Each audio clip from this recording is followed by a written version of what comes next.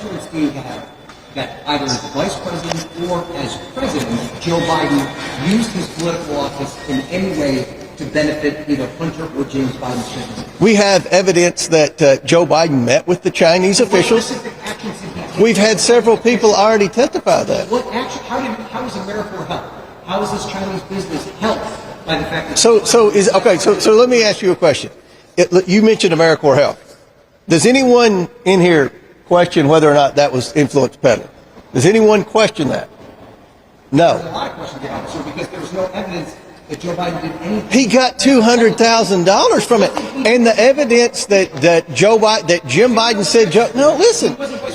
Look, you can defend Joe Biden all day long. You can defend Joe Biden. You can be on his legal defense team. Kevin Morris will probably pay your legal bills. I have more to play for you from where that came from, and Comer going on to fully crumble under the slightest bit of scrutiny. But first, I want to jump in to give you the context. We'll also look at later in the segment Democrats wrecking Republicans over this very issue. So yesterday was the big day for House Republicans. For months now, they've been promising to bring Hunter Biden in front of the House Oversight Committee, and they've been really hyped about this, and they're going to force him to answer for all those crimes that Hunter Biden's father definitely committed, even though they've been brutally incapable of bringing forward a shred of evidence of such a thing. And of course, the guy who helped to start the whole wild goose chase, the informant that they were so excited about, but now aren't talking quite as much about, Alexander Smirnov, was indicted for feeding false information to the FBI all along and fabricating the story to hurt Biden politically, notably being fed these stories, as we've talked a good bit about, by Russian intelligence. And even though this investigation has yielded nothing and has fallen apart more every single day, House Republicans decided, let's just charge forward and pretend like that's not the case and do this behind closed doors deposition with Hunter Biden. And that took place, as I mentioned, yesterday. Now, because it was not public, we don't technically know what happened yet. We'll find out when the transcript is released, but let's just be honest. We know Republicans got nothing, as is shown by the same James Comer coming out after the deposition as the one who went in, saying the same things. Nothing new was learned. And all this investigation has been able to prove, really, if you look at it objectively, is Joe Biden was pretty responsible on how he kept his family's business dealings separate from his position in power. Not exactly what Republicans were trying to prove, but I guess kudos to them for proving that. Quickly before playing the next clip, make sure you have liked this video and the alert bell is clicked. With that being said, a lot to look at in this segment. Here's more from that back and forth between the reporter and James Comer. What we've said over and over and over, Joe Biden took $200,000 directly from AmeriCorps Health.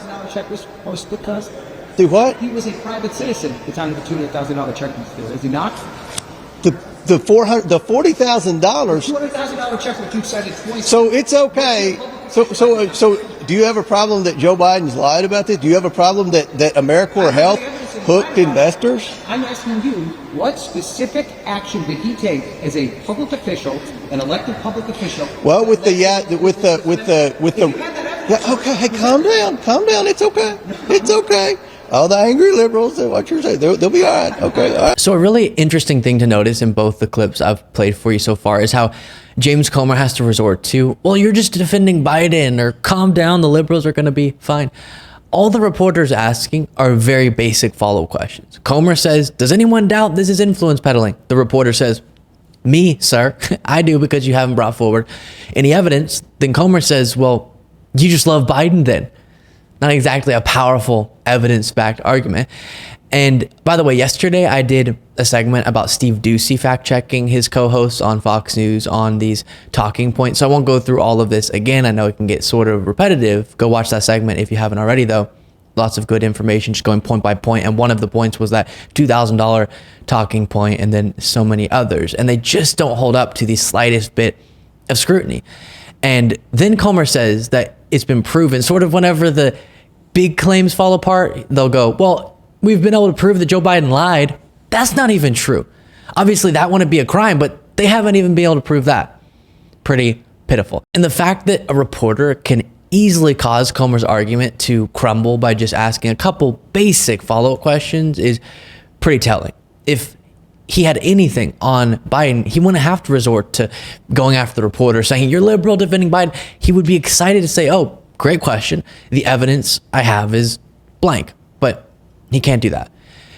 And then after this Hunter Biden deposition, as I mentioned, House Democrats also came out and reflected on what took place, and it was fantastic. Let me walk you through a few of these. First, Jamie Raskin.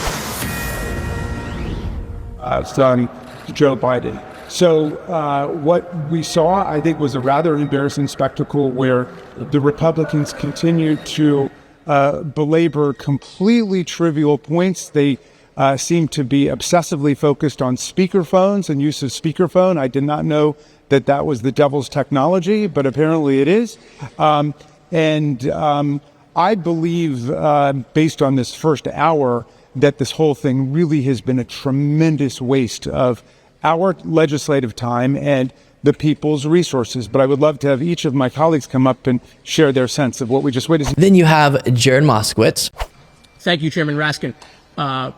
Soon to be Chairman Raskin, very soon. Let me just say that I think my colleagues and I are witnessing the death of the fake, faux, frivolous Joe Biden impeachment inquiry. In fact, as a Jewish American, when this is over, I will say mourner's Kaddish for this impeachment inquiry. There has been no evidence on Joe Biden from the beginning. There has been no evidence so far in this deposition linking Joe Biden at all. So as Jay-Z said, grand opening, grand closing. Thank you. Hilarious. And by the way, Eric Swalwell tweeted, inside the Hunter Biden deposition, I noticed Jared Moskowitz, founder of the Sneaker Caucus, was wearing dress shoes. And then Eric Swalwell said, whoa, Jared, I've never seen you wear dress shoes. And Jared said, I dressed for a funeral. Rip MAGA impeachment. Oof. Brutal. Then here's AOC. So much, Ranking Member Raskin. I think the Ranking Member stated it completely. What we just witnessed over the last hour was, I think, a deep sea fishing expedition, because the Republican case has completely fallen apart over the last several weeks. After it's been exposed that the critical, one of their most key pieces of information was based on a source that was in communication with Russian intelligence. They are now trying to scramble to find anything to substantiate their fairy tale, is what we should call this.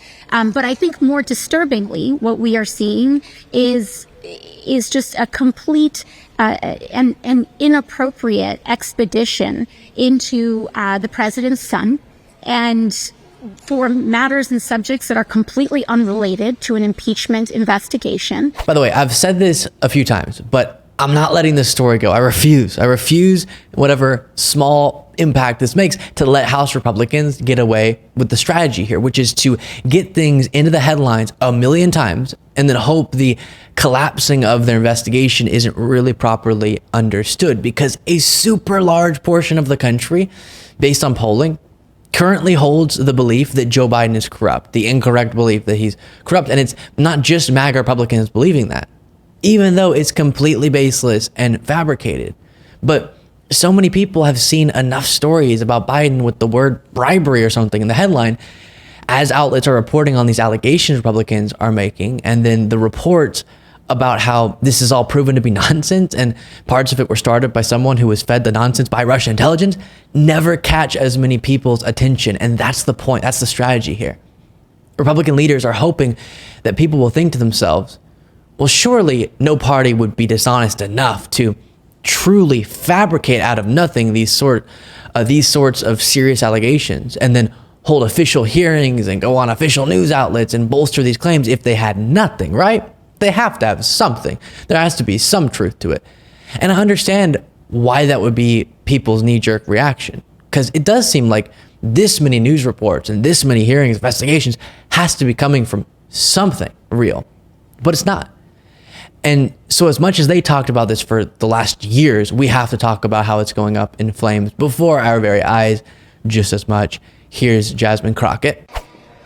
I'm just waiting on the point that the American people, in the words of my amazing soror, Fannie Lou Hamer, get to the point that they are sick and tired of being sick and tired. I mean, here's the reality.